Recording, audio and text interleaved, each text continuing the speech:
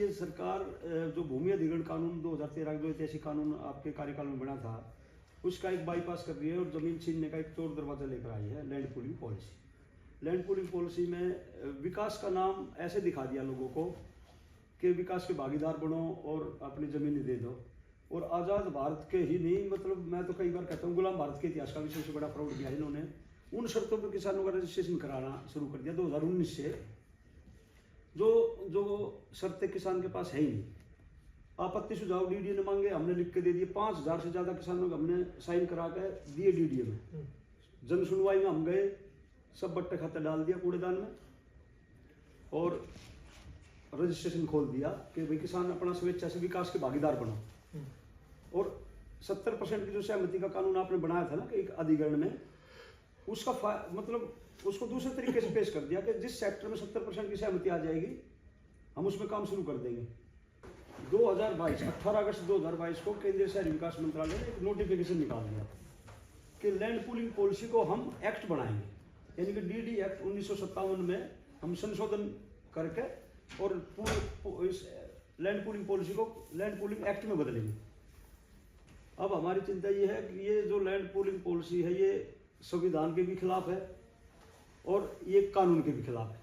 20 सूत्रीय कार्यक्रम के तहत आपकी सरकार ने जो प्लॉट दिए थे, जो खेत दिए थे ना, उनको आज तक मालिकाना हक नहीं है। और हमारा जो गांव है, जिसे रेवेन्यू में एक शब्द है लाल डोरा, उसको हम इंग्लिश में कहते हैं आउटर फिरनी रोड कह लेते हैं। जो गांव की आबादी उसके अंदर है, बाहर हमारे खेत है। उन खेतों में अब डीडीए मास्टर प्लान जो 2041 लेकर आने वाली है या 21 थी, जो 2007 में लागू हुई थी, उसके तहत उसको आर जोन बना दिया, सेक्टर बसाएंगे। दिल्ली में कह रहे हैं आबादी बहुत ज़्यादा होगी तो हम यहाँ पर आवासीय इकाई बनाएंगे। बट उसमें एक बात बताइए, उसमें आपकी ज़मीन का दाम बढ़ेगा नहीं? देखो जी, उसमें थोड़ा वो तो फायदा होगा आपका प्रश्न बहुत अच्छा है, लेकिन मोनोपोली कर दी सरकार ने। जब हमारे पास दूसरा विकल्प नहीं छोड़ा कि आपकी जमीन अधिग्रहण नहीं करेंगे हम, और आप चाहे तो अपनी जमीन को 60% ले सकते हो, लेकिन शर्तें ऐसी लगा दी जैसे किसान के पास 5 एकड़ है ही नहीं, किसी का 0.1% किसान है जो 5 एकड़ भूमि का है। तो उस पर दूसरी शर्त है वो ऐसी लगा दी जैसे, तो आपकी जेब में डेवलपमेंट चार्ज 20 करोड़ रुपए होंगे तो ही आप सेक्टर में जमीन ले पाएंगे।